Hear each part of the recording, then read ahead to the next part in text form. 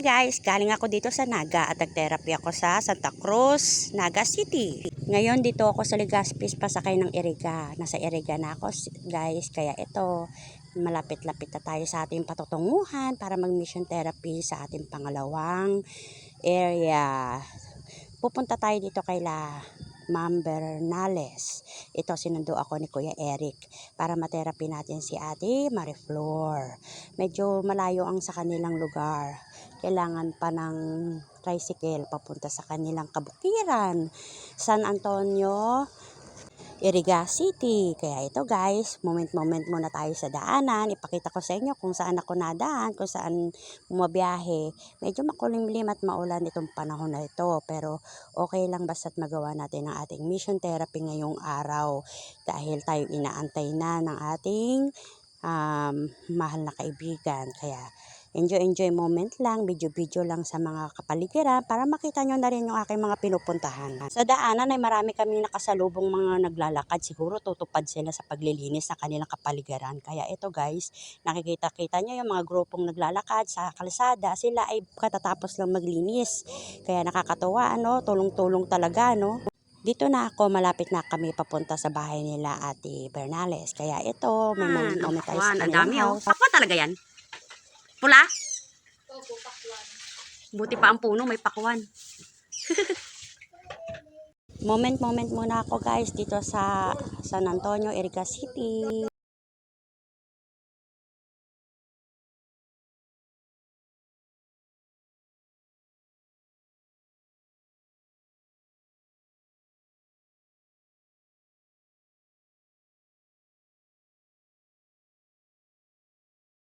Hi guys, pababa na muna ako.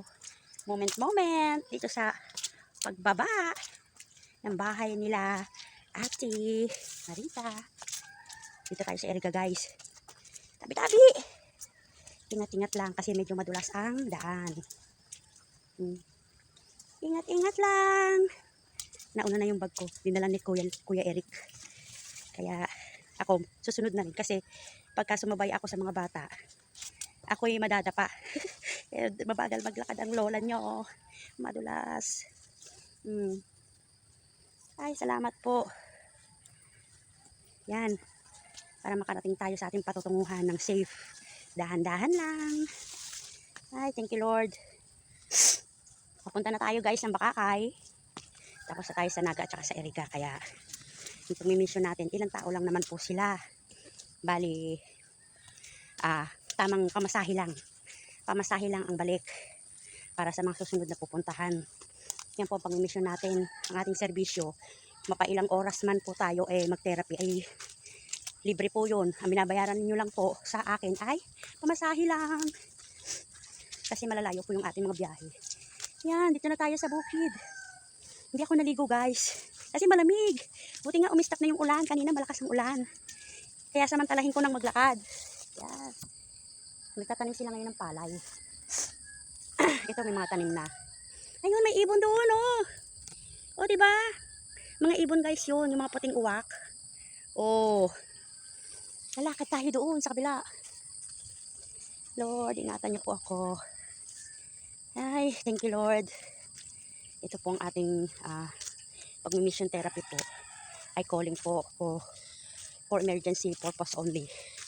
Yung mga client po na pinupuntahan natin sa mga probinsya, sila po yung mga inaalagaan natin na humingi po ng tulong na ma-therapy sa abot ng ating makakaya para makarecover po sila sa kanilang mga sakit. Kaya in God's grace, in God's protection po, hindi niya tayo pinapabayaan sa lahat ng bagay. Kaya ito guys, ang buhay ko, moment lang po ako kapag nagbabiyahe.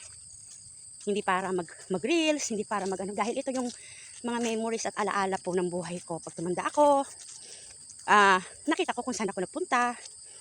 Kapag mawala man ako sa mundo, makita ng mga apo ko kung ano yung nangyari sa lola niya.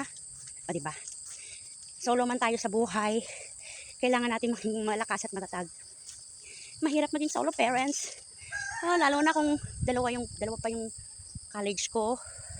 Magka-college. Hindi ko na alam kung saan ako kukuha ng extra income. Yun oh, nakakatawa oh. Tingnan guys oh. Lapit ko kayo sa mga ibon. Oh, diba? Wow, wow. Ang ganda-ganda nila. Tapos kasama pa ang lola nyo. Yan. Oh, lumalabas na yung mga mag-anak. Yun. Diba? Buti pa ang mga ibon. Kapag nandoon ang isa, nandoon ang lahat. Walang naiiwan. God bless po sa lahat. At thank you for watching po sa mga panonood ng aking mga video. Naway ingatan niyo yung kalusugan. At tanging si Lord lang po ang ating protection sa lahat ng bagay. Siya lang ang tutulong sa lahat ating mga problema. Kaya pray po always and God bless you. Yan, dito na tayo sa labasan. Malapit na tayo sa daanan. Thank you po sa family Bolaños, family Villar at saka sa family Bernales. God bless you always. Ako'y nag-uulat sa panahon dito sa Iriga. Medyo makulimlim at medyo parang uulan. Ayun, dumidilim na ang langit. At bising-busy si Kuya. Maglinis ng kanyang motor. Nakaredy na ho kami magantay. Darating na yung mga bata. Papasok ng school. Papasok pa ba ng school yan na parang ngayon ang bagyo? May bagyo ba? Makulimlim nga oh. Ang maulang panahon. Oh, mga kabataan. Papasok na. Baon tayo guys. Ito yung kanin, pandayo. Okay lang yan. May baon tayo sa ating biyahe. Oh. Bara yan? Ha? Bara pa yun? Yan. Oh, may biscuit tayo. Si ate, ano pangalan nito? Yung binigyan ng payong?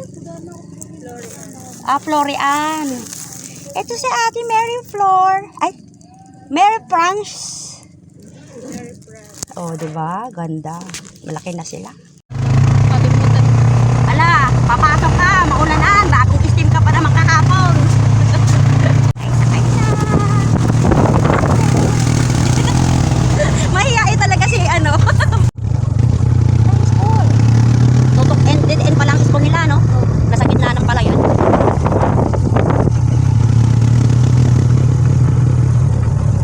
Ay, iikot ka pa na. Akala ko eskwelahan na yun. Bahay pala yun. Ayan ang school. Medyo malayo palang lakarin eh. Yun. Hinanapin nga lang natin dati. Ay, Ang estudyante papasok na. Yun. Mag-aral mabuti. Yan. Malaking ano pala yan, ano? High school? Senior high. Ate, ayan. Magagandang dalaga.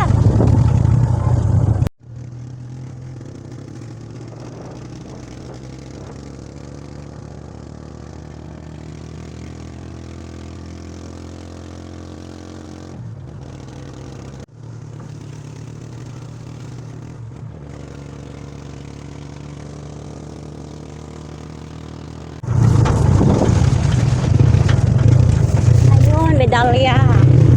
Medalya pala ang kanyang school. Pasok na mga baby. Bye-bye. Si Kuya parang abogado. Ano? Kawatan? May pabaong kawatan. Ha? Oh, bakit? Hindi ka binigyan ni ate? Balik dyan, balik ako ulit. Oh, sige. Ibalik ka, Sukle. Salamat. Pasok na sila.